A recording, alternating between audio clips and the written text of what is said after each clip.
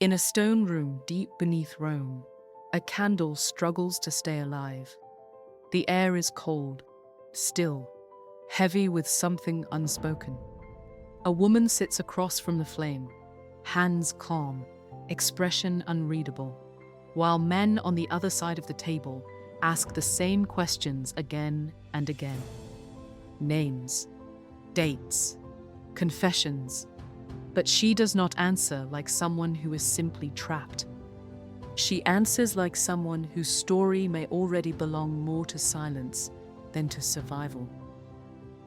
And somewhere outside these walls, Rome continues to breathe normally, unaware that this quiet interrogation may be touching something far larger than a single woman. Rome, mid-17th century. A city built on layers, ancient stone beneath Catholic authority, tradition beneath law, and beneath all of it, countless private lives held together by expectation. In public, order is visible. In private, it is fragile.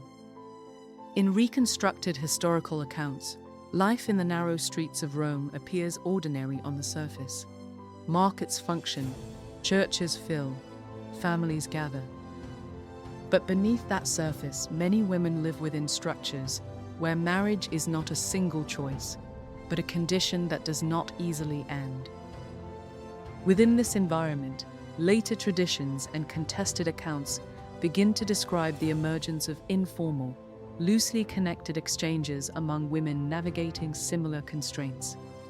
Not institutions, not organized movements, but fragile, often invisible links shaped by trust, necessity, and silence.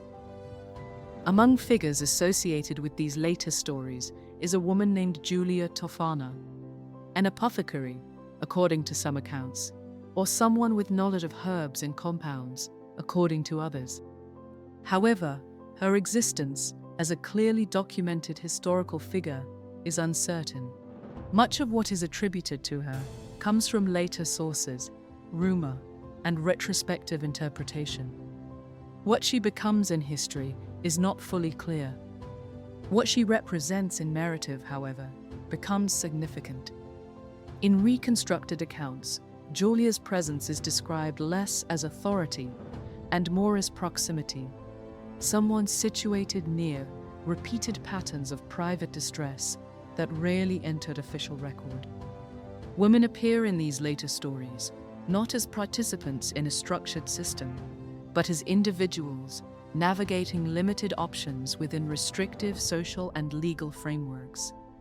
Some carry injuries that cannot be safely explained. Some carry fear that outlives affection. Some carry situations where no formal remedy is available within the system they live under. In this context, later and highly disputed traditions refer to a substance known as Aqua Tofana, a reported poison associated with her name. However, its exact composition, origin, and even historical continuity remain unverified. There is no confirmed contemporaneous formula, and surviving references emerge much later, shaped heavily by rumor and retrospective storytelling. Within that narrative, Giulia is not clearly depicted as the center of an organized structure, but rather as a figure loosely connected to overlapping accounts that were later interpreted as coordinated. In other words, what may have been scattered individual actions was later framed as a system. Whether that system truly existed in the form later described remains historically unresolved. In the streets of Rome, daily life continues in a way that would appear ordinary to most observers. Markets open, bells ring, conversations flow. But within certain private spaces, communication takes quieter forms. Letters passed without names, messages folded into routine exchanges, knocks at doors that carry unspoken meaning. At the same time, authorities begin to notice a pattern, a series of unexplained deaths across different households and regions, not officially connected. not legally proven as coordinated, but enough to draw suspicion. Investigations begin, not yet aimed at a single confirmed structure, but at trying to make sense of scattered events that do not easily align within existing explanations. And gradually, attention begins to converge on names that exist more in implication than in formal record, including Giulia Tofana. Whether she was truly central or later positioned there to create coherence out of uncertainty remains debated. What is clearer is this: authorities tend to interpret patterns as structures, even when those patterns may not have been organized in the way they later assume. The response from church and civic authorities becomes more direct over time. Questioning intensifies. Individuals are detained. Connections are examined. The goal, in keeping with interrogation practices of the era, is not only confession, but reconstruction. Who is linked to whom? How information may have traveled? Whether isolated cases can be unified into a single explanation. In these reconstructed accounts, Giulia is brought into custody. The details of her imprisonment are not clearly preserved. Surviving references are sparse and inconsistent. She is questioned, pressed for names, pressed for explanations, but no single reliable account of her testimony survives in a consistent form. Later narratives diverge sharply. Some describe silence, others partial admissions under pressure, and others merge her identity with broader accusations involving multiple women during the period. What remains consistent is not clarity, but uncertainty.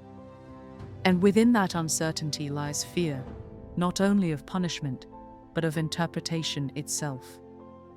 Because once scattered events are framed as a single system, that system can be targeted, dismantled, and redefined, regardless of whether it fully existed in that form.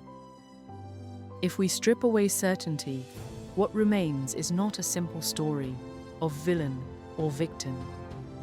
It is something more unstable, a world where institutional law governs marriage, but not lived suffering, where private pain accumulates faster than public language can describe it, and where, in the absence of recognized options, informal and hidden responses may emerge, not as coordinated movements, but as fragmented reactions to constraint.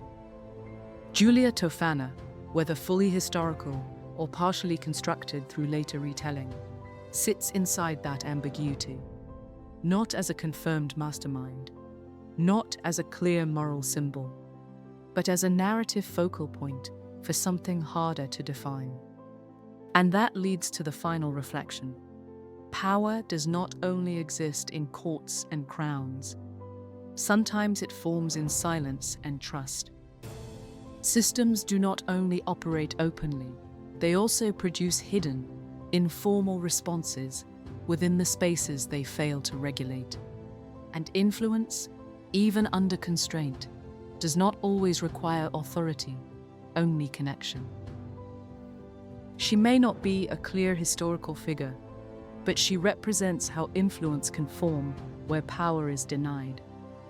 In the end, she remains neither hero nor villain. Only a reminder that history is not always what happened, but sometimes what later generations needed to explain, what they could not fully understand. If this story moved you, there are more like it on this channel. Subscribe, and we'll see you in the next one.